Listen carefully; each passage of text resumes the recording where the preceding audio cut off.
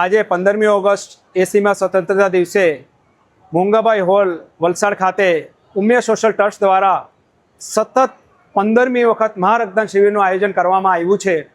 આ રક્તદાન કેમ્પની અંદર અત્યારે હાલ 751 બોટલ થઈ ગઈ છે અને સાંજ સુધી 1000 ઉપર થશે એવી આશા છે, જેની અંદર વલસાડ રક્તદાન કેન્દ્ર, Pardi blood bank, civil blood bank અને સાથે ધરમપુરની બ્લડ બેંક બ્લડ એકત્ર કરી રહી છે।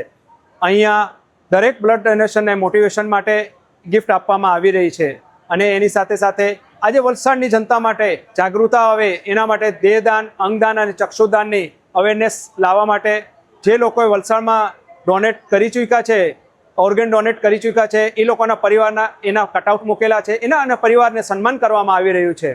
સાથે સાથે સેન્ચ્યુઅર ડોનર જે લોકોએ 100 વખતથી વધુ વખત બ્લડ ડોનેટ કર્યું એનું સન્માન કરવામાં આવ્યું।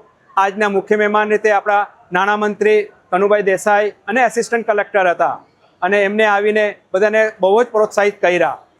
આજે 15મી ઓગસ્ટે વલસાડની જનતા માટે એક નવી સેવા ચાલુ કરવા જઈ રહ્યા છે, જેની અંદર one touch solution application Kanubhai Shri હસ્તે એમના હસ્તે આજે લોન્ચ કરવામાં આવી, જેની અંદર વલસાડની સરકારી સંસ્થાઓ, હોસ્પિટલ, બ્લડ બેંક બધાના નંબર તમને મળી રહેશે, જેથી બધાને બહુ જ ઉપયોગી થશે।